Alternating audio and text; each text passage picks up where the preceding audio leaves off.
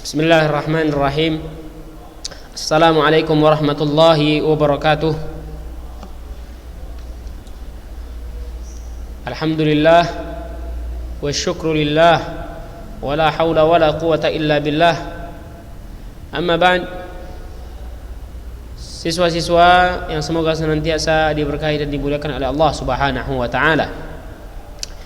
Kembali lagi kita bertemu di hari yang sama namun dengan pelajaran yang berbeda. Yang tadi kita sudah membahas tentang fikih, namun sekarang kita akan bahas tentang nahwu. Taib. Mari fokuskan kembali pikirannya dan tinggalkan pelajaran faraid yang sudah kita ajarkan tadi, yang sudah kita pelajari tadi.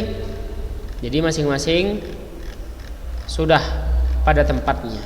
Kalau sudah pelajaran nahwu maka tinggalkan pelajaran faraidnya dulu. Nanti adapun di rumah diulang-ulang lagi masing-masing. Taib.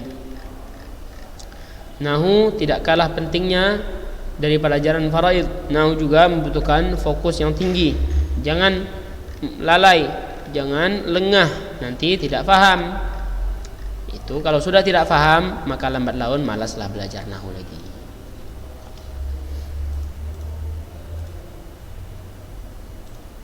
Baik.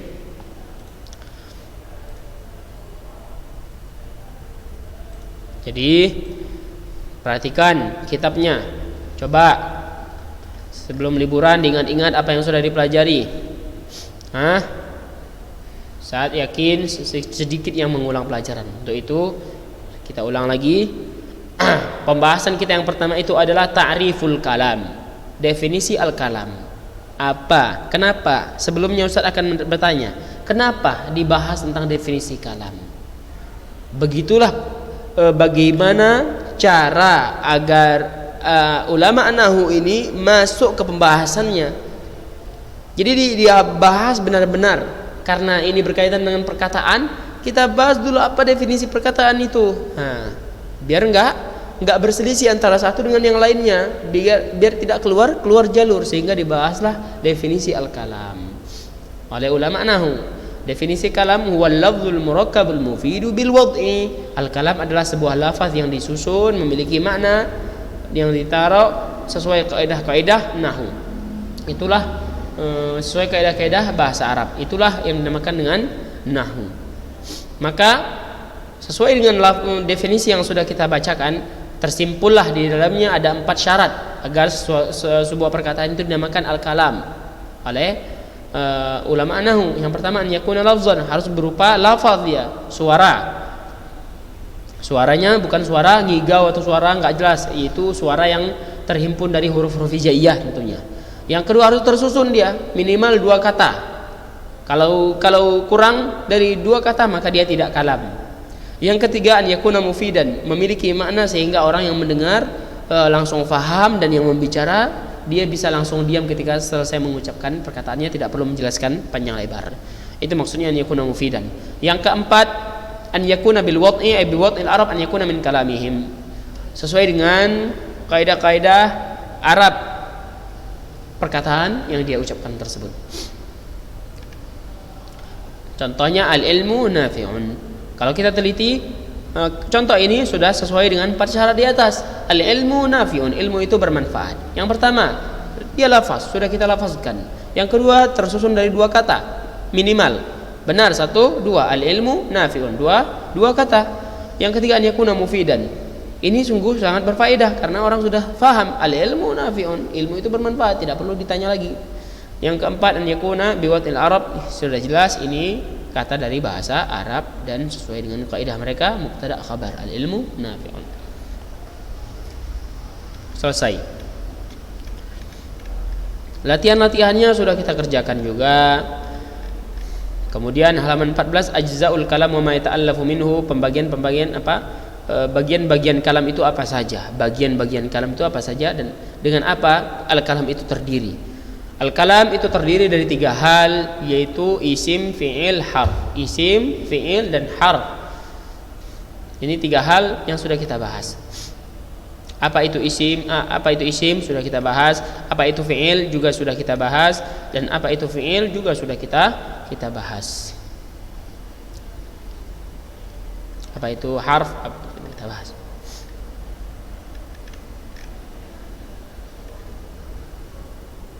Namun kita jelaskan lagi, isim adalah kata yang memiliki makna tersendiri tanpa berkaitan dengan waktu. Baik itu ismul insan, nama manusia, ataupun nama hewan, ismul hayawan, atau ismul nabat, nama tumbuhan, ismul jamad, nama benda-benda mati, ataupun sifat juga termasuk isim. Begitu pula fi'il. Fi'il adalah sebuah kata yang memiliki makna tersendiri namun berkaitan dengan waktu. Ada 3 waktu: yang telah berlalu, yang sedang terjadi, atau yang akan terjadi, dan yang sedang terjadi. 3 waktu. Al-fi'lul madhi, al-fi'lul mudhari', fi'lul amri.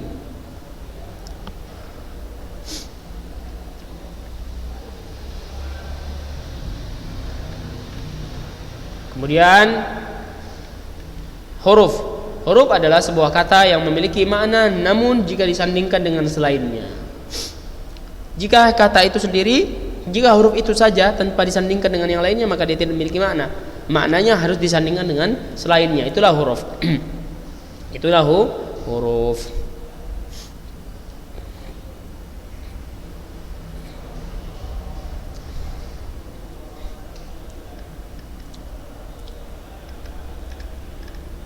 Latihannya, perhatikan halaman 16. Sekarang kita lanjutkan belajar. Kita latihan sekarang. Tamrin. Iqra'il ayatil qur'aniyah. Iqra'il ayatil qur'aniyatal atiyah. Thumma istakhrij minha thalathata asya. Kemudian keluarkan dari ayat-ayat yang di bawah ini 3 hal, thalathata asma, 3 kata, 3 isim, wa thalathata af'al, 3 fi'il, wa thalathata ahruf, 3 huruf. Perhatikan. Iqra wa rabbukal akram. Iqra wa rabbukal akram. Alladhi 'allama bil qalam. Alladhi 'allama bil qalam. 'Allamal insana ma lam ya'lam. 'Allamal insana ma lam ya'lam. Perhatikan apa saja isim di sini. Coba kita lihat. 1 isim Rabbun.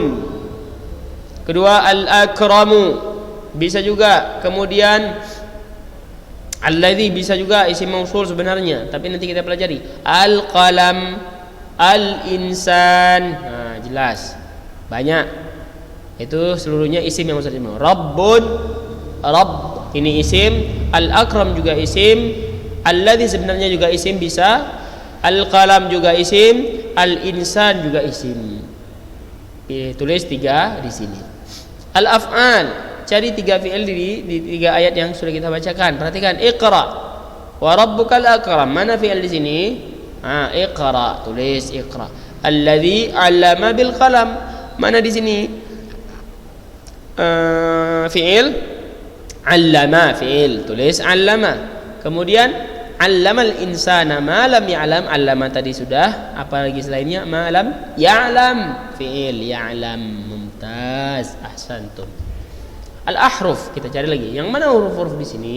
Gampang kalau cari huruf. Perhatikan. Yang pertama, Iqra wa rabbukal akram. Wa. Ini huruf nih, wa. Wow, tulis. Alladzi 'allama bil qalam. Mana di sini yang huruf? Bi, bil qalam. Bi. Tulis. 'Allamal insana ma lam ya'lam. Mana di sini yang huruf? Ma juga bisa huruf. Lam juga bisa. Demikian. Jadi amat gampang latihan-latihannya. Cuma perlu fokus saja sedikit. Jelas? Setelah kita sebutkan definisi serta contoh dari isim, juga fi'il, juga huruf, selesai kita membahas itu. Latihannya juga sudah selesai kita, alhamdulillah selesai. Apalagi yang perlu kita bahas di sini? Apalagi yang perlu kita bahas? Kita lanjutkan pembahasan kita. Perhatikan. Sekarang alamatul isim. Tanda-tanda isim. Ini lebih dipermudah. Definisi sudah disebutkan, contoh sudah disebutkan. Sekarang tanda-tandanya agar kita tahu kalau ini isim. Apa? Perhatikan, kitabnya sangat gampang. Dengarkan dan perhatikan kitabnya. Alamatul isim. Tanda-tanda isim. Qala al-musannif, berkata pengarang kitab Al-Ajrumiyah tersebut, fal ismu, maka isim yu'rafu, dikenali bil khafdi dengan masuknya huruf jar, itu maksudnya, atau dengan majrur, dia berbaris bawah karena masuknya huruf jar. Wat tanwin, begitu pula yang kedua tanwin, salah satu merupakan tanda-tanda isim. Kalau ada di sebuah kata ada tanwin di atasnya, maka ketahuilah itu isim.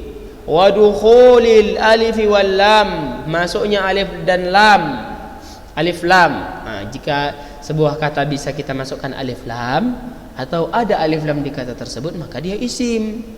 Ataupun kalau tidak ada, jika kita masukkan alif lam bisa dia, maka dia isim. Contohnya baitun, al-baitu bisa. Wa huruful khafdi. Jadi di atas ini tanda isim dikenali dengan beberapa tanda. Bil khafdi, masuknya huruf jar tentunya, sehingga dia menjadi majrur. Wat tanwini, tanwin. Wa dukhulul alif wal lam, masuknya alif dan lam. Lanjut, wa huruful khafdi wahya, adapun huruf-huruf khafat, huruf-huruf jar, namanya ada dua, bisa huruful khafdi, bisa huruful jar, bisa ada dua. Wahya, diantaranya adalah min, ila, an, ala, fi, rubba, wal ba'u, wal kafu, wal lamu, wa huruful qasam. Adapun huruf-huruf sumpah adalah al waw, wal ba, wat ta. Huruf-huruf sumpah khusus dengan nama Allah ya. Contohnya wallahi. Contoh lain billahi. Contoh lain tallahi. Itu semuanya bentuk sumpah menggunakan huruful qasam, huruf sumpah. Jadi pembahasan kita pada poin tanda-tanda isim. Perhatikan penjelasannya. Asyarh, lamma faraghal musannif min dzikri aqsamil kalam, tatkala pengarang kitab telah selesai menjelaskan bagian-bagian al-kalam, syar'a fi bayani alamati kulli qismin, kemudian pengarang juga mulai menjelaskan tentang tanda-tanda setiap bagian tersebut. Fabada'a bil ism, maka ia mulai dengan isim. Wa dzakara lahu arba'a alamat. Kemudian pengarang menyebutkan 4 tanda untuk isim. Idza wajadta wahidatan minha, apabila engkau mendapatkan satu tanda dari tanda-tanda tersebut, fi kalimah, di dalam sebuah kata, au ra'aita annaha taqbaluha, atau kamu melihat bahwasanya kata tersebut bisa menerima tanda itu, arafta anna isim, maka kenalilah bahwasanya kata tersebut adalah isim. Tayyib, kita mulai. Jelas? Ihdaha, yang pertama al-khafdu. Apa maksud al-khafdu? Al-khafdu wa huwa ibaratun 'anil kasrati allati yuhdithuha al-'amil. Maksud khafat adalah ungkapan dari kasrah yang terjadi karena sebuah pekerja amil, karena adanya amil pekerja. Kasrah yang terjadi karena adanya amil pekerja. Nahwu Bismillahirrahmanirrahim. Perhatikan, kenapa bisa bismi, mi? Kenapa kasrah? Allahi, kenapa Allahi? Ar-Rahmani, kenapa Ar-Rahmani? Ar-Rahimi, kenapa juga mi? Nah, ini penjelasannya. Fakullun min, maka setiap ismi, wallahi, warrahmani, warrahimi, asmaun, sebuah isim-isim. Seluruh itu adalah isim. Liwujudil kasrati fi akhirnya, karena adanya kasrah di akhirnya. Nah, seperti itu. Ya. Liwujudil kasrati fi akhirnya, karena adanya kasrah di akhirnya. Lanjutkan. Tanda isim yang kedua, ats-tsaniyah, at-tanwin. Masuknya tanwin.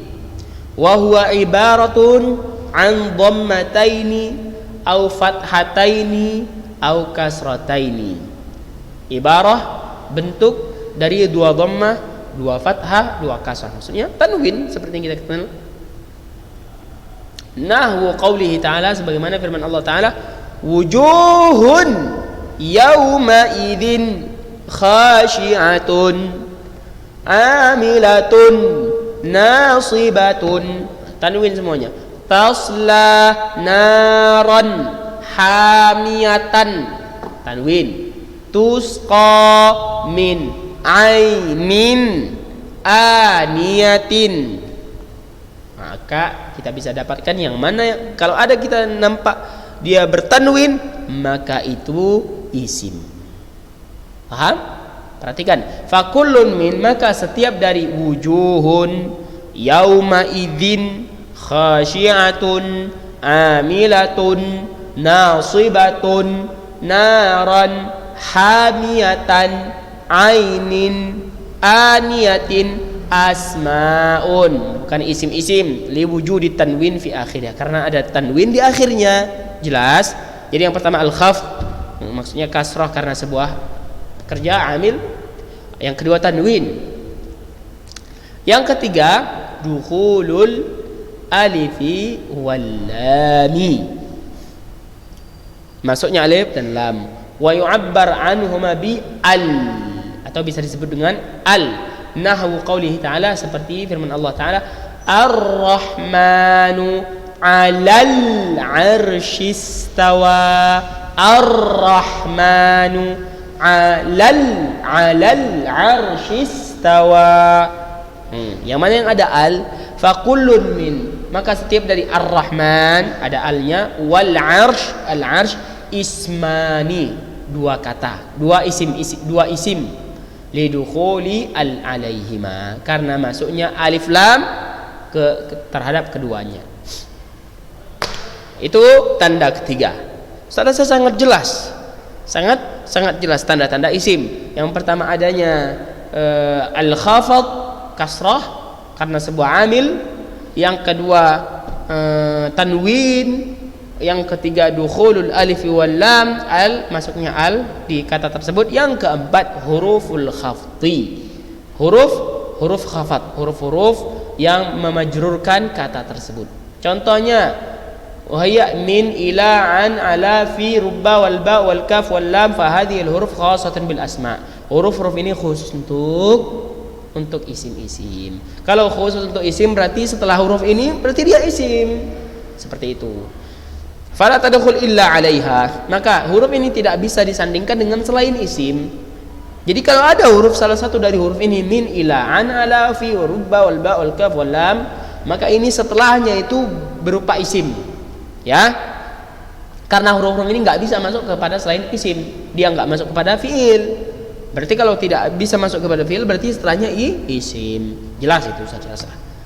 Nahwu qauli Nabi sallallahu alaihi wasallam, sebagaimana contoh sabda Nabi sallallahu alaihi wasallam, takufu syarraka 'anin nas fa innaha shadaqatun minka ala nafsika.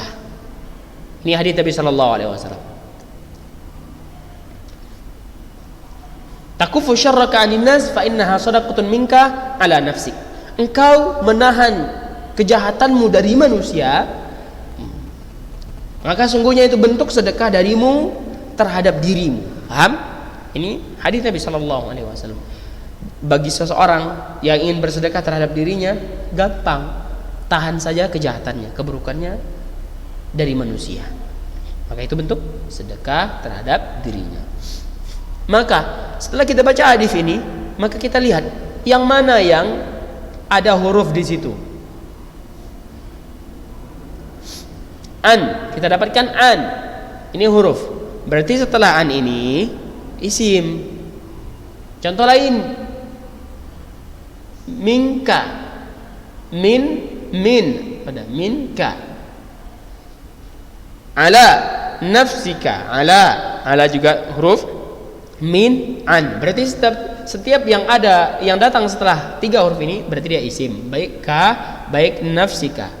Kita baca penjelasannya. Fakullun min, maka setiap dari annas, takufu syarraka anin nas, annas, wadhamir fi minka, dhamir yang ada terdapat setelah min yaitu kaf, minka ka ini, wa nafsi, ala nafsika, nafs asmaun lidukhuli hurufil khafdi alaiha, merupakan isim-isim karena masuknya huruf jar, huruf khafat terhadapnya.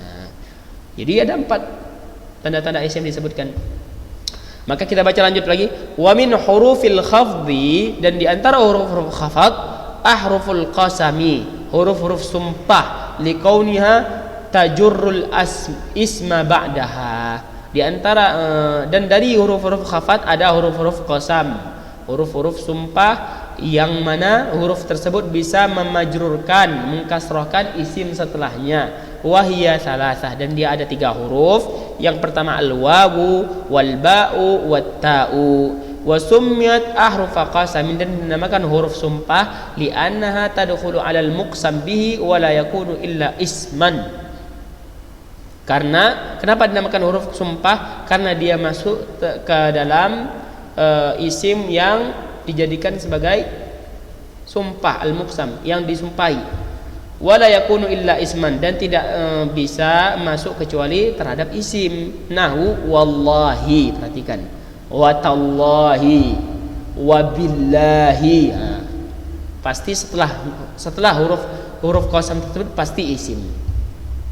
Dan khusus bagi manusia enggak boleh isimnya selain asmaullah, ingat.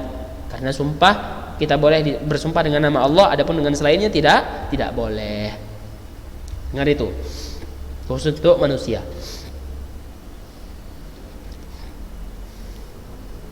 Jelas, itulah tanda-tanda dari tanda-tanda isim. Wa hasilu ma dzakarahu min alamatil ismi arbaun, dan hasil ringkasan dari apa yang telah disebutkan dari tanda-tanda isim ada 4. Yang pertama, idnatani talhaqanil isma fi akhirih. 2 hal itu berhubungan dengan isim namun di akhir isim tersebut, wahuma al-khafd wa tanwin. Yang pertama kasrah dan tanwin. Kasrah karena sebuah pekerja yaitu huruf, yang kedua tanwin. Ini di akhir isim ada. 2 hal yang akan engkau jumpai di akhir isim, yaitu al-khafdu wa tanwin. Wasnatani tadkhulani alaihi fi awwalihi.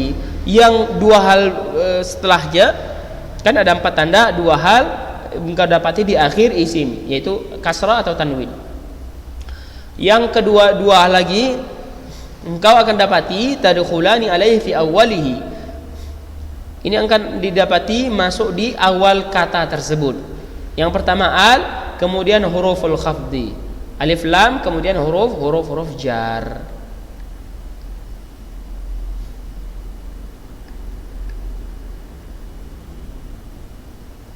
Itu saja yang perlu diketahui.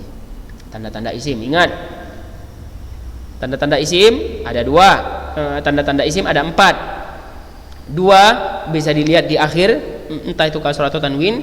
2-nya lagi di depan, entah itu alif lam atau huruf jar sebelumnya. Jika ada dapat alif lam maka dia isim. Jika ada huruf jar sebelum kata tersebut, maka kata yang setelah huruf jar itu isim. Dah? Silahkan diperhatikan lagi kitabnya. Jika ada yang belum jelas ditanyakan. Ini setelahnya ada tamarin, latihan-latihan. Nah, latihan-latihan ini menguji kita dengan pengetahuan pelajaran-pelajaran yang sudah kita pelajari, terutama yang baru kita pelajari. Apa perintahnya? Iqra'il ayat al-atiyah. Bacalah ayat di bawah ini, ayat berikut ini. Tsumma astakhrij minhal asma. Kemudian keluarkan kata-kata atau keluarkan isim-isim ma'a bayanil alamati ma'a bayanil alamah allati urifat biha. Keluarkan isim-isim dari ayat berikut, kemudian jelaskan tanda yang terdapat pada isim tersebut. Ya, laqad khalaqnal insana fi ahsani taqwim. Laqad khalaqnal insana fi ahsani taqwim. Apa? Sebutkan apa-apa saja isim yang ada di dalam ayat. Contohnya al-insan. Kemudian khalaqna. La ustaz, khalaqna salah. Khalaqna fi'il. Naam. Al-insan pertama. Yang kedua ahsani. Kemudian takwim. Dah. Sebutkan, Ustaz sebutkan ya. Al-insan yang pertama, yang kedua ahsani, yang ketiga takwim. Al-alama allati urifat biha. Sebutkan tanda yang dikenali bahwasanya itu isim. Sebutkan. Al-insan, apa tandanya kalau dia isim? Kemudian ahsani, apa tandanya kalau dia isim? Takwim, apa tandanya kalau dia isim? Ya, itu aja yang antum jawab di rumah. Nanti akan kita bahas di pertemuan berikutnya. Hati sab'ata amfilah min indika alal ism. Berikan 7 contoh dari dirimu sendiri terhadap isim. Berikan contoh isim-isim apa-apa saja. Tuliskan 7. Cari baik itu di kamus atau dimanapun 7 isim.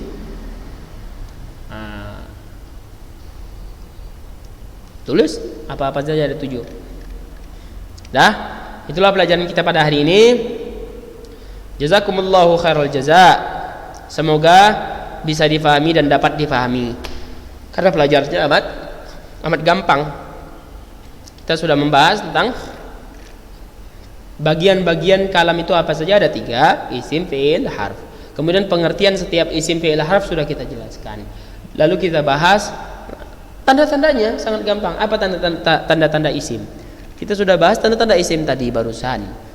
Ada 4 beserta contohnya dari Al-Quran. Jadi sangat gampang. Tulis saja ringkas di dalam buku tulis. Kalau isim al-kalam terbagi menjadi 3, isim, fi'il, harf. Kemudian isim apa pengertiannya? Tulis. Isim itu apa tanda-tandanya? Bagi lagi. Tanda-tanda isim ada 4. Yang terpenting kita masih pada satu jalur. Jangan kemana-mana pikirannya. Barakallahu fikum wa jazakumullahu khairal jaza. Nas'alullah ta'ala an yarzuqana ilman nafi'an wa rizqan tayyiban wa amalan mutaqabbala wa na'udzu billahi min ilmin la yanfa' wa min qalbin la yakhsha' wa min nafsin la tashba' wa min da'watin la yustajabu laha. Kita tutup dengan doa kafaratul majlis.